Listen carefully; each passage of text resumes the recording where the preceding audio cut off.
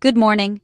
Today we bring you a story that's sending shockwaves through the financial world and could have far-reaching consequences for global banking. A major story is shaking the world of international finance, with headlines dominating newsrooms and investors on edge. The Singapore High Court has just allowed a $2.7 billion lawsuit to proceed against Standard Chartered, one of the world's most prominent and influential banks, known for its vast international presence. This isn't just another legal dispute. It's a pivotal moment in the ongoing 1MDB scandal, which has been described as one of the largest and most complex financial frauds in history, spanning multiple countries and involving billions of dollars. The lawsuit was filed by liquidators, who are tasked with recovering massive losses from 3 companies tied to the infamous 1MDB fund. They claim these companies were used as vehicles for fraud, and now they're seeking to reclaim billions lost due to what they allege was the bank's negligence and failure to act. The court's decision is a major legal victory for the liquidators, dismissing Standard Chartered's attempt to have the case thrown out before trial, and setting the stage for a potentially landmark legal battle. At the heart of the case are serious allegations that Standard Chartered failed to prevent financial crime, enabling massive fraud and money laundering over a decade ago. The liquidators argue the bank should have done much more to stop illicit funds from moving through its accounts, raising questions about oversight and compliance in the banking sector. This isn't just about money. It's about accountability, trust, and the very integrity of the global financial system, which relies on banks to act as gatekeepers against corruption. The 1MDB scandal has already toppled a prime minister, shaken financial markets, and rattled governments worldwide, exposing deep vulnerabilities in international finance. Now, Standard Chartered is in the legal crosshairs, facing intense scrutiny and raising tough questions about banks' responsibilities in fighting corruption and financial crime. As this case unfolds, it promises to reveal new details about the inner workings of this massive fraud and could set important precedents for future cases. The world is watching closely to see what role, if any, Standard Chartered played in one of the biggest financial scandals of our time, and what this means for the future of global banking. The stakes for global banking have never been higher, and the outcome of this lawsuit could reshape how banks operate and are held accountable worldwide. To truly grasp the gravity of this lawsuit, we need to revisit the origins of 1MDB and understand how a vision for national prosperity spiraled into one of the world's most notorious financial scandals. 1MDB was launched in 2009 as a Malaysian government fund, with the ambitious goal of driving economic development through strategic investments in energy, real estate, and tourism. It was meant to be a catalyst for progress and a symbol of Malaysia's bright future. But that vision quickly soured. Investigators allege the fund was transformed into a personal piggy bank for corrupt officials and their associates, who exploited its resources for their own gain. Billions of dollars were siphoned out through a complex web of shell companies and fraudulent transactions, betraying public trust on a scale rarely seen before, and leaving ordinary Malaysians in the dark. The alleged mastermind behind the scheme was Joe Low, a flamboyant financier with close ties to then Prime Minister Najib Razak, who used his influence to orchestrate the fraud. The stolen money funded extravagant purchases, luxury real estate in major cities, a private jet, a super yacht, and even the production of Hollywood blockbusters like The Wolf of Wall Street. The scale of excess was staggering. The scandal left Malaysia saddled with billions in debt, businesses shuttered, and the public's trust in government institutions deeply shaken. Protests erupted as citizens demanded answers and justice. Najib Razak's party suffered a historic defeat in the 2018 election, and he now serves a prison sentence for his role in the corruption, marking a dramatic fall from power. 1MDB stands as a cautionary tale of unchecked power and greed at the highest levels, a stark reminder of what can happen when oversight fails. The fallout has been profound, not just for Malaysia, but for the global financial system. Banks, regulators, and investors worldwide were forced to confront uncomfortable truths about international finance.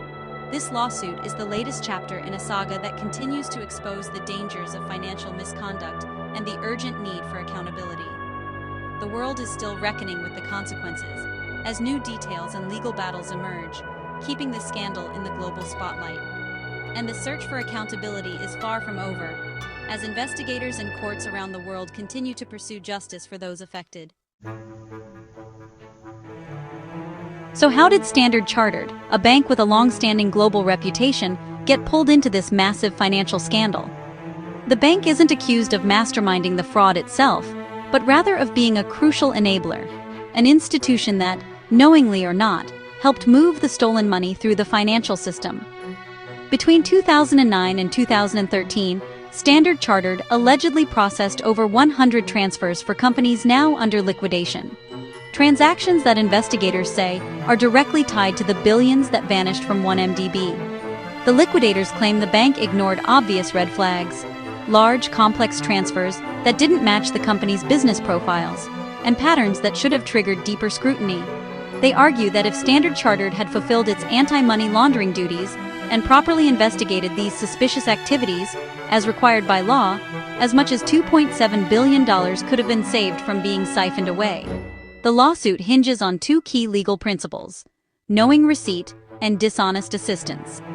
These doctrines hold banks liable if they should have known, or actually knew, that the funds they handled were illicit. Explosively, some of the misappropriated funds allegedly ended up in Najib Razak's personal account, directly linking the bank's alleged failures to the very heart of the 1MDB scandal and its most high-profile figure. Now, Standard Chartered faces serious accusations in Singapore's courts, with its reputation and future compliance practices on the line.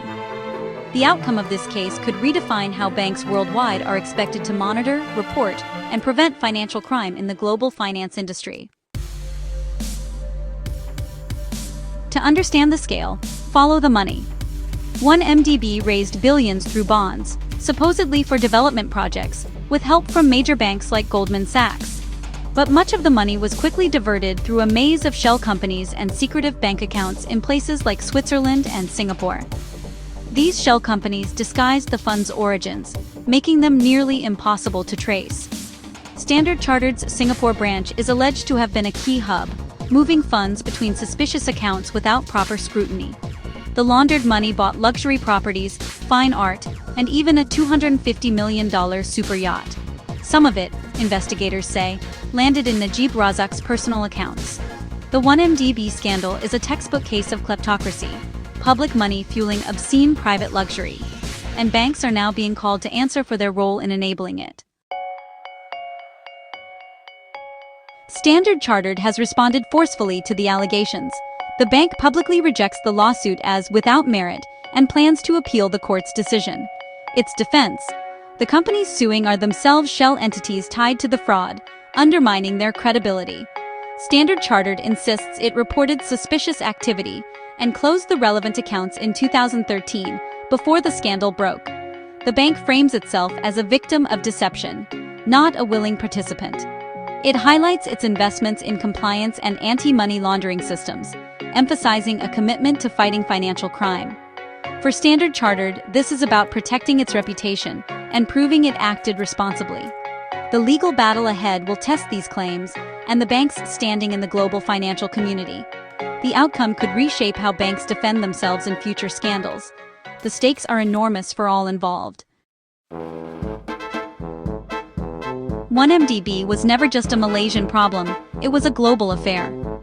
The U.S. Department of Justice called it the largest kleptocracy case ever, sparking investigations in at least 6 countries. The U.S. led asset recovery efforts, while Switzerland, Singapore, and others probed their own banks' roles. As of early 2024, Malaysia has recovered about $7 billion in assets, including luxury properties and the infamous super yacht. The scandal exposed major weaknesses in anti-money laundering controls at top banks. Goldman Sachs paid over $5 billion in settlements for its role in underwriting 1MDB bonds. The case forced banks worldwide to re-examine their compliance systems.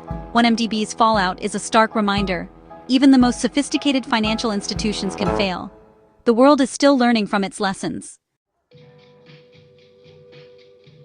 Singapore's response to 1MDB has been especially tough. As a major financial hub, Singapore was a key route for laundered funds, but it acted decisively. In 2016, Singapore's regulator fined Standard Chartered over $5 million for anti-money laundering failures tied to 1MDB. Other banks faced penalties, and 2 private banks were shut down entirely. Several bankers were prosecuted and jailed, cementing Singapore's reputation for zero tolerance on financial crime. The current lawsuit fits Singapore's pattern, holding institutions accountable through both fines and civil litigation. For the liquidators, Singapore's robust legal system made it the ideal battleground. The High Court's decision signals that Singapore remains serious about financial integrity. This lawsuit is a wake-up call for global banking. If successful, it could set a precedent for civil lawsuits against banks years after the fact, not just regulatory fines. It may embolden other victims of financial crime to pursue similar claims.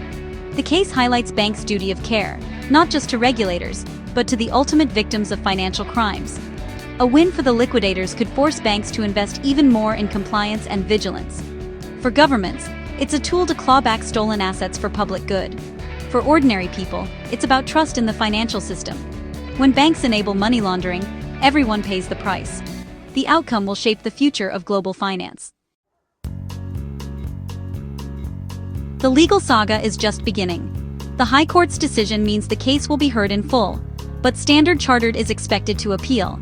If the appeal fails, the discovery phase will begin, where both sides must share evidence, including internal bank records. This could reveal what Standard Chartered's staff knew about suspicious transactions and when. The trial will be complex, with both sides presenting evidence and expert witnesses. For Standard Chartered, a loss could mean billions in damages and a wave of similar lawsuits. For Malaysia, it's a chance to recover stolen money and affirm justice. The world will be watching this Singapore courtroom closely. The outcome could redefine accountability in global banking. As the next chapter unfolds, the stakes for justice and financial integrity couldn't be higher. Stay tuned.